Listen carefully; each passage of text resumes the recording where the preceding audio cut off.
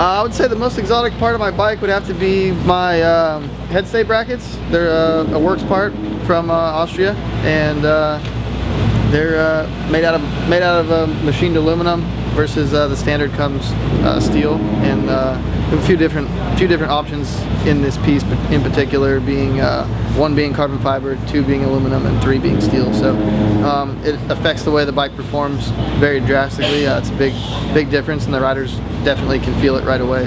So it's pretty unobtainable being a factory part. So I would say that's probably one of the trigger parts of my bike. The most exotic part on my bike, I feel, is the Kaurava Vic Exhaust. I think all their work is very clean, and also the performance is really good.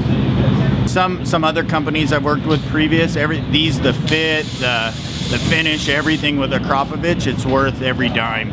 They make us the best stands, everything, and to me, there's nothing better. The most exotic, but a lot of people have on these factory teams, is all the data hiding under the tank, for sure. There's a lot of stuff that goes on under there that not a lot of people know about.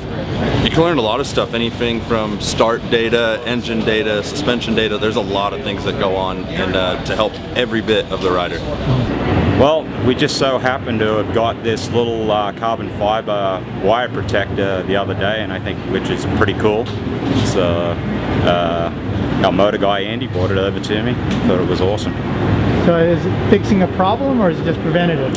Just preventative. We haven't had a problem with it yet, so it's always good to have cool stuff. Man, it took me a long time to come up with this, because there's so many.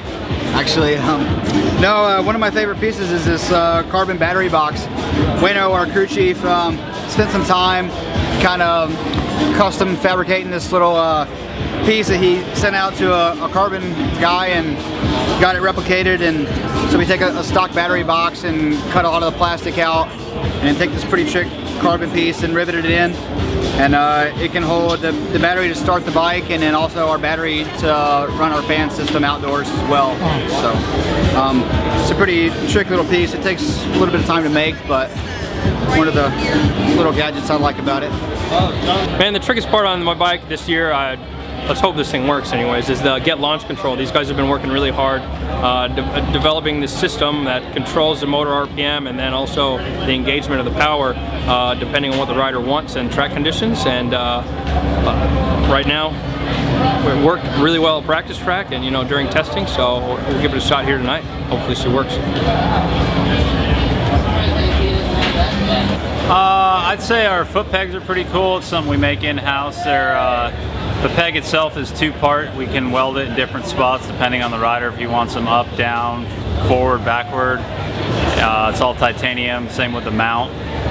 Our linkage that we have is pretty cool. It has a rear hold down on it, and it has adjustable pills that you can change the length from anywhere from 142 to 146, and that is something that we sell on our website to the public. So the hold down is like kind of a hole shot thing? Yeah, it's kind of like a rear hole shot. So you lock the front down and then you lock the rear down. You gotta have a special lower shock bolt, but you lock it down, the bike sits pretty low, it works good.